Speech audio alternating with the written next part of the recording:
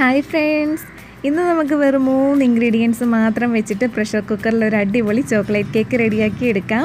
കുട്ടികൾക്ക് പോലും വളരെ എളുപ്പത്തിൽ റെഡിയാക്കി എടുക്കാൻ പറ്റിയിട്ടുള്ളൊരു കേക്കാണിത്. ഈ ഒരു കേക്കിലേക്ക് പഞ്ചസാരയോ മുട്ടയോ മൈദയോ ഓയിലോ ബട്ടറോ ബേക്കിംഗ് ടിന്നോ ബീറ്ററോ ഒന്നും നമ്മൾ ഉപയോഗിക്കുന്നില്ല.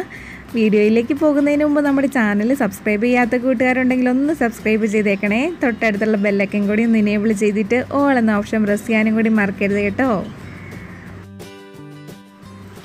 ആദ്യമായിട്ട് നമുക്ക് കേക്ക് ഉണ്ടാക്കാൻ എടുക്കുന്ന പ്രഷർ കുക്കറിലേക്ക് കുറച്ച് ഓയിൽ ഒഴിച്ച് ഒന്ന് സ്പ്രെഡ് ചെയ്തതിന് ശേഷം ബട്ടർ പേപ്പർ വെച്ച് കൊടുക്കാം.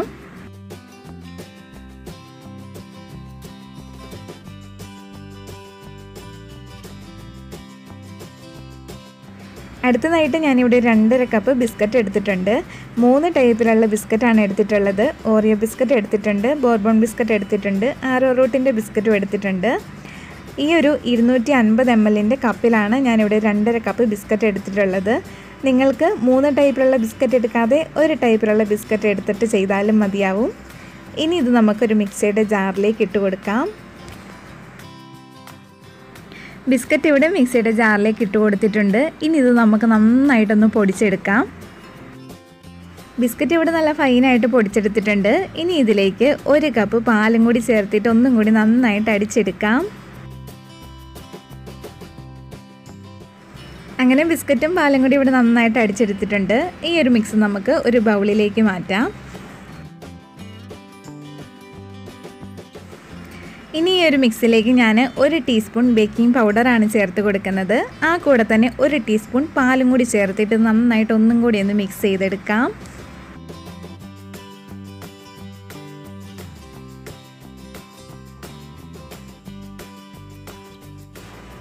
അപ്പോൾ നമ്മുടെ ചോക്ലേറ്റ് കേക്കിനുള്ള ബാറ്റർ ഇവിടെ റെഡി ആയിട്ടുണ്ട്. ഇത് നമ്മൾ നേരത്തെ ബട്ടർ പേപ്പർ ഇട്ട് വെച്ചിരിക്കുന്ന കുക്കറിലേക്ക് ഒഴിച്ചു കൊടുക്കാം.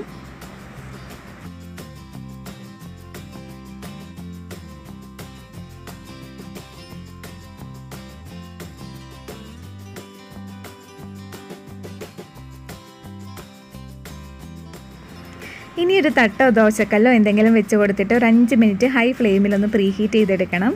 അതിന് മുകളിലേക്ക് നമുക്ക് ബാറ്റർ ഒഴിച്ച് വെച്ചിരിക്കുന്ന കുക്കർ വെച്ച് കൊടുക്കാം. വിസിലിടേണ്ട ആവശ്യമില്ല. ഇനി ലോ ഫ്ലെയിമിൽ ഒരു 30 മിനിറ്റ് നമുക്കത് ബേക്ക് ചെയ്തെടുക്കാം. അങ്ങനെ 30 മിനിറ്റ് കഴിഞ്ഞു. നമ്മുടെ ചോക്ലേറ്റ് കേക്ക് ഇവിടെ റെഡി ആയിട്ടുണ്ട്.